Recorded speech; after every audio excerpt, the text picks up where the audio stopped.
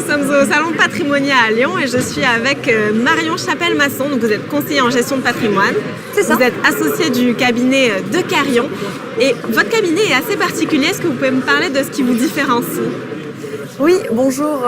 Alors effectivement, notre cabinet est assez spécifique puisqu'il est orienté sur le conseil des profils et carrières atypiques que sont ni plus ni moins que les sportifs haut niveau et artistes, ainsi que les expatriés. Ces deux professions se regroupent également. Ensuite, on va avoir un suivi sur les professions libérales et les chefs d'entreprise, bien évidemment français, qui ont des problématiques très spécifiques et qu'aujourd'hui nous accompagnons avec beaucoup de fierté. Voilà. Alors, les athlètes de haut niveau, les artistes, est-ce qu'il y a une façon différente de traiter leur profil ? Absolument, puisque les sportifs ont des carrières très courtes et donc leur objectif est généralement de créer du revenu complémentaire pour, après leur carrière, de prévoir le lendemain de leur carrière. Et ça, c'est ce que nous tentons donc d'organiser d'un point de vue patrimonial.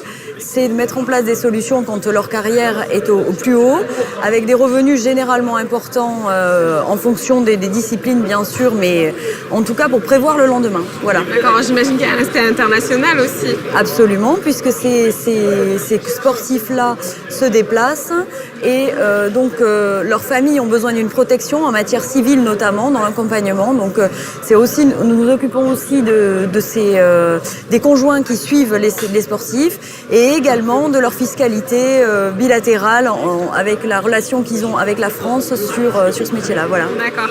Alors, on parlait aussi des SCPI. Est-ce que vous pouvez me dire, selon vous, quels sont les 3 critères principaux pour choisir une SCPI ? Alors, pour choisir une SCPI, je pense qu'il faut avoir quand même un discernement et une connaissance de plusieurs vecteurs. En tout cas, si je dois en retenir 3, je dirais peut-être que la localisation des biens, ça c'est un grand principe en immobilier, c'est l'emplacement. Donc déjà, voilà, où elle se situe, où sont situés les actifs qu'elle a à l'intérieur, effectivement. Ensuite, je dirais la capitalisation. Donc ça, pour moi, c'est très important parce qu'on imagine qu'une capitalisation plus ancienne va permettre de diversifier, évidemment, le risque à l'intérieur, tant sur les loyers que sur la vétusté des lieux. Sur une SCPI plus jeune, peut-être que là, on aura moins de diversification sur ces aspects-là.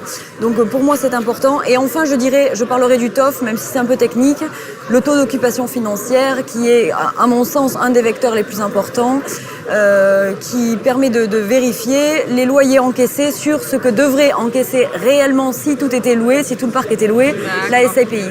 Et là on a donc une notion financière, voilà. Après évidemment vont venir les rendements, bien sûr, mais ça voilà. Et puis les reports à nouveau, provisions pour travaux, de chaque SCPI. Merci beaucoup. Merci à vous, merci pour cet entretien.